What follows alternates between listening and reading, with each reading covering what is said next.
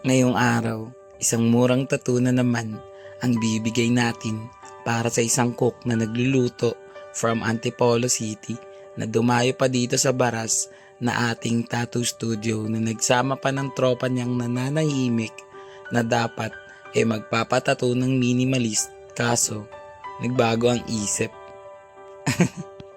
Anyway, client requested a Japanese samurai swordsman na may espada tattoo design sa kanyang upper taas right na kanang braso.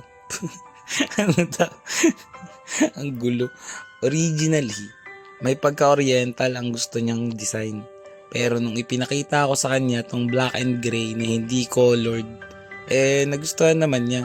At nakita ko na parang kinilig siya dahil yung ngiti niya na hindi maipaliwanag, yung tipong bumagal ang pag-ikot ng mundo habang dahan-dahan siyang lumilingon nakasabay ng pagpasok ng chorus ng kantang "A flower's not a flower until they bloom, like my first time living life the day I met you.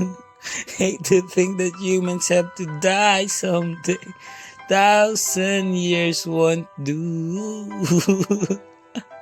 No wonder I fell in love.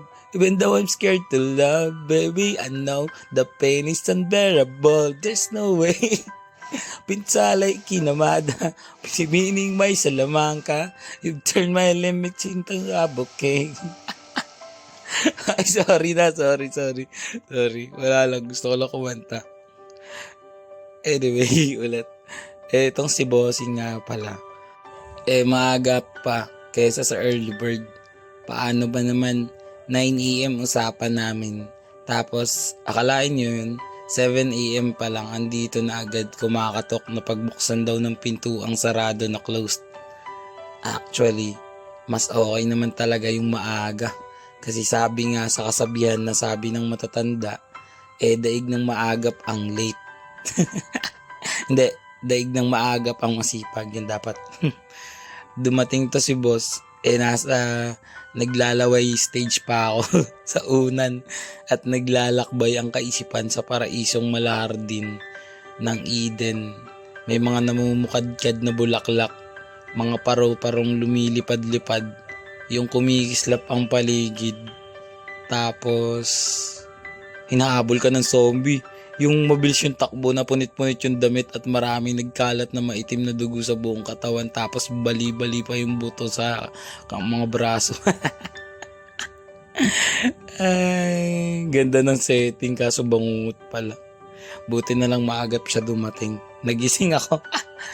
Ay, balik tayo dito kay client. Share ko lang, nakakahawa pala yung pagiging mahihain. Siya kasi napakatipid niya sumagot sa mga tanong ko o sa mga sinasabi ko sa tuwing mag-open ako ng topic na pwede naming pag-usapan. Naubos na yung chance ako para magtuloy-tuloy usapan namin, kaya hindi ko na pinilit. Kaya ayun, katagalan, nahiya na rin ako kasi parang medyo awkward na tsaka kasi napansin ko na nasasaktan siya. Kapag pa naman nakakasakit na tayo, minsan kailangan na rin nating tumigil o kaya naman kailangan nating dumistansya para ma-evaluate natin yung mga nangyayari sa paligid environment. Ay, joke lang dyan.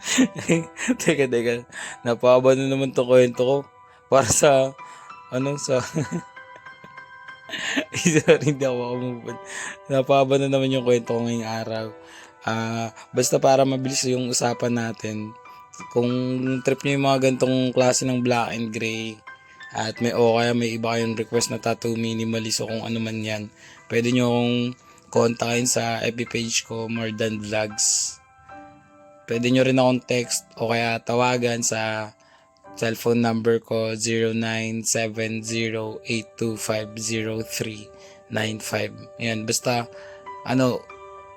guys, minsan lang talaga hindi lang kami makapag-reply on the spot or right away, pero magre-reply kami dyan. Medyo kasi medyo marami kasi tayong mga tropa dyan na gustong magpatato, and nagkataon minsan pag hindi kayo masagot, isipin nyo na lang na marami kayong kasabay ganun.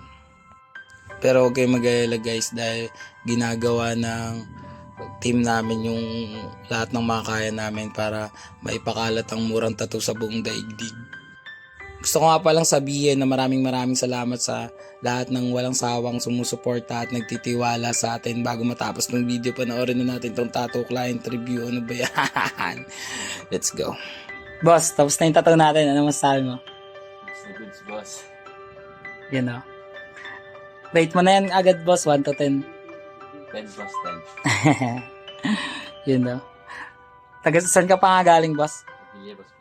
Antipolo City yan guys, malapit-lapit lang. Aga dumating yan ni boss, ginabi na. Ayun na.